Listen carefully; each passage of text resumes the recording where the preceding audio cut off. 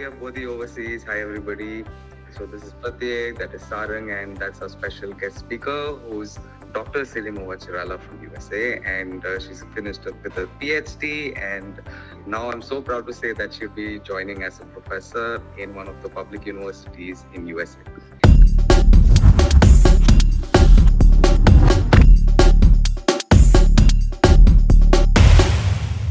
So it's a great chance for you guys. You can ask any questions. She'll be more than happy to assist you guys. She's taken out that time, little time from her busy life for you guys, right?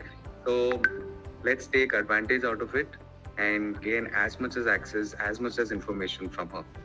All right, Mova. So we would like to understand uh, what was your path, what was your career path, why did you choose USA as your option, and what led you to, get into AIML. So please help us understand your journey. Hmm. Okay, so my career path, I basically did my engineering in electronics and communication from Manipal Institute of Technology. And then I worked for a while in India.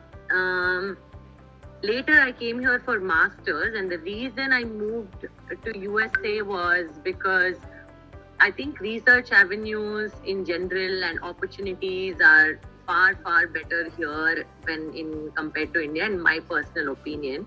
There's a lot of scope, especially in engineering colleges. You don't get to see in India a lot of research happening, but here first-hand research experience and just general readiness for career, all of that you kind of have here. The kind of exposure you get here, it's not really possible.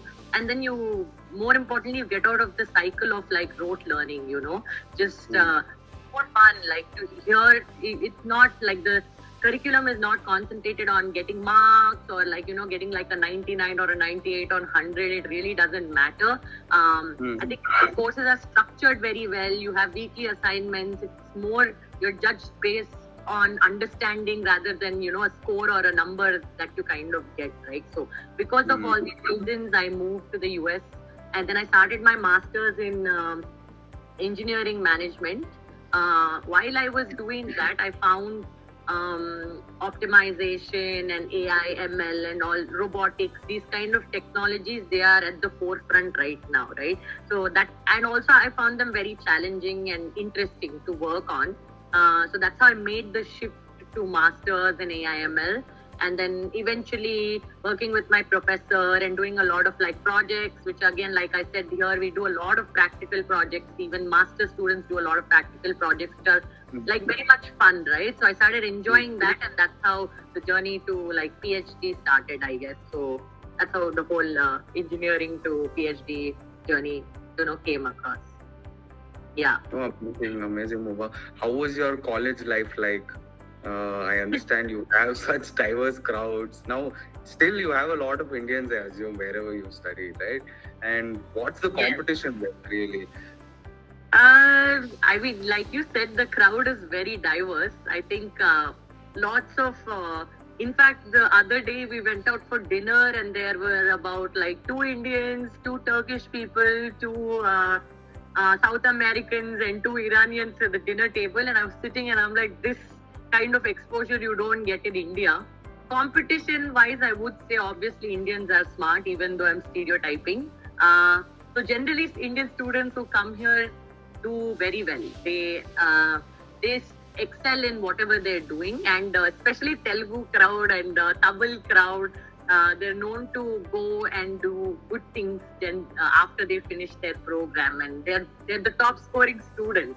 Even if you were average in India, once you come here, it's a different ball game. And I think a lot of people tend to like I said, the routine or the curriculum that masters has, and then they start to enjoy it, and they're usually the top performing crowd. Yeah. Oh, so good to hear. So most of the toppers come from South India. That's amazing. And yeah, Tamil there. Okay. Yeah. Okay.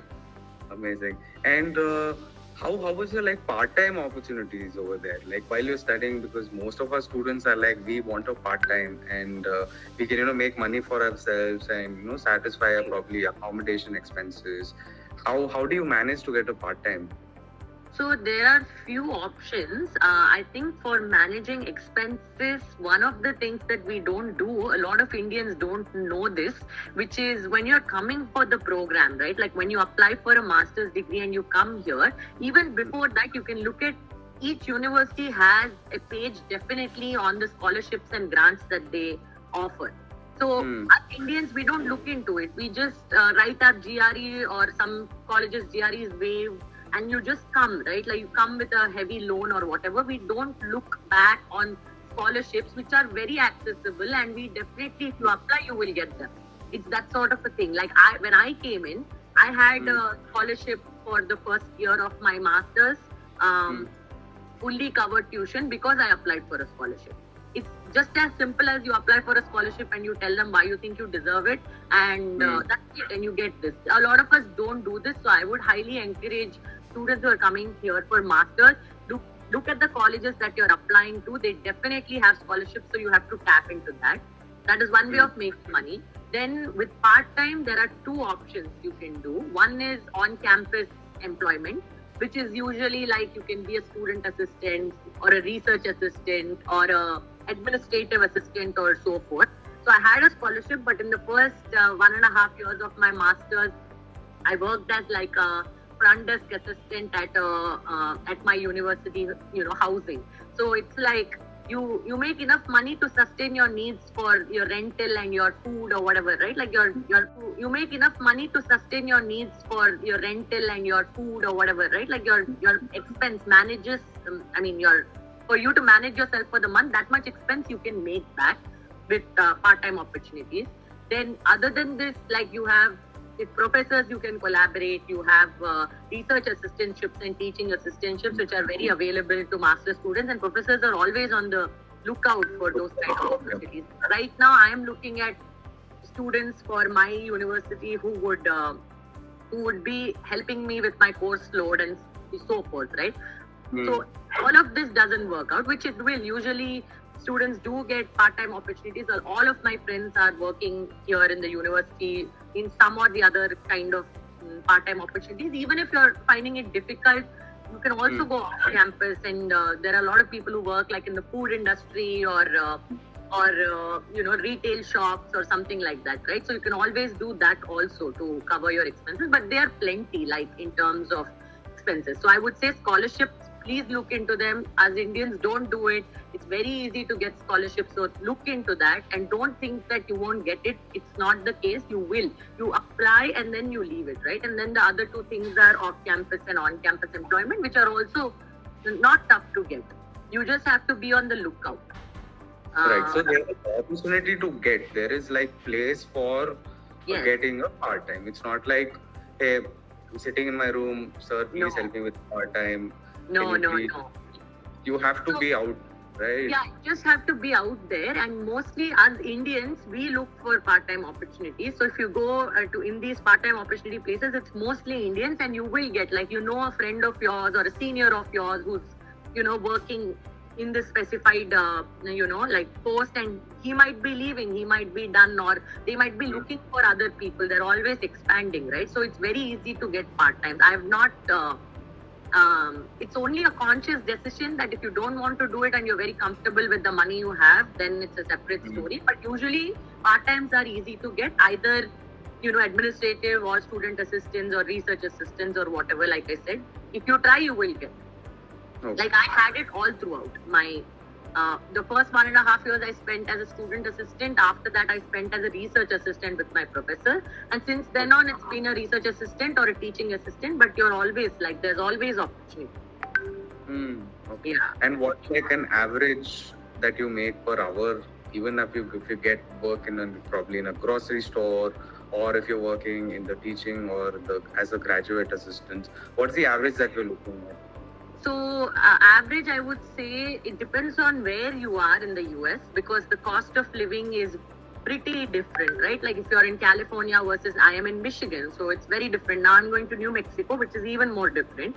So it kind of ranges, but I would say they will definitely give you like a minimum wage. Like if you're working in like a McDonald's, for example, I would say that number would be somewhere between $15 to $20 per hour you will get of your working in 2 weeks or in a month you make about like $600 to $800, which is pretty enough for you to take care of your living, your expenses outside of academic tuition or whatever.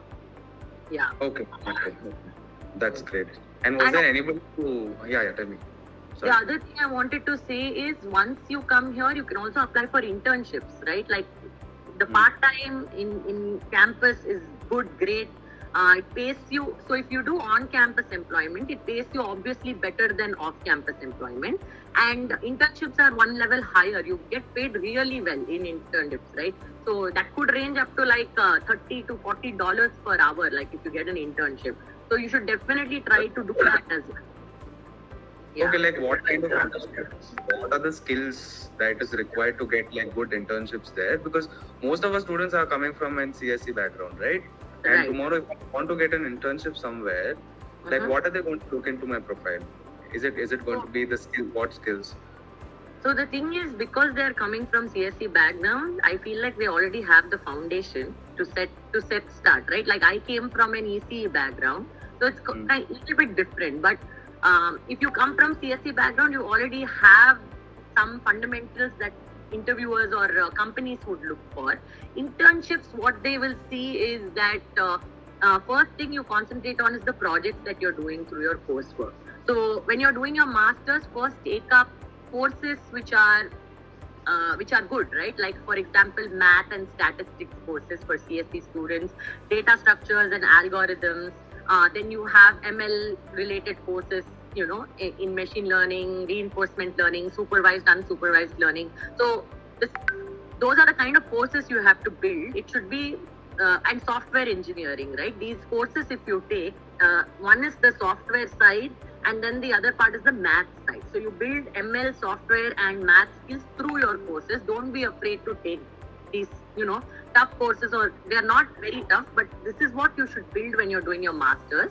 Because for internships, companies will look for if you've done these courses as part of your coursework, and then the projects you do as part of these courses, take them seriously, right? Like do these projects and showcase them in your CV. Another thing that you can do is you have Coursera and these other sort of websites, right? Like which are almost, some of them are free. So do training, right? Certifications. For example, you can do data science or visualization or large language modeling or whatever is related to the courses, right? Like Tableau or any sort of MLAI pipeline building, reinforcement learning, whatever. Take these courses and list them. So important things are take good courses which are centered around math, software and MLAI frameworks. Then do certifications. That is very important. You can do them now, even before you get to the US. You can do it right now, right? And they're very easy. You can go at your own pace. So do those certifications. You can display them in your resumes. And the other part is some coding skills are required, right? And all of this you will see if you say, oh, for this course, so and so, I implemented this project. They will know, okay, what did you implement it in? What was the improvement you saw? What did your results look like, right? So as long as you have these three things, and coding, I mean Python and maybe C++ or another like an object-oriented programming language. Make sure that you have these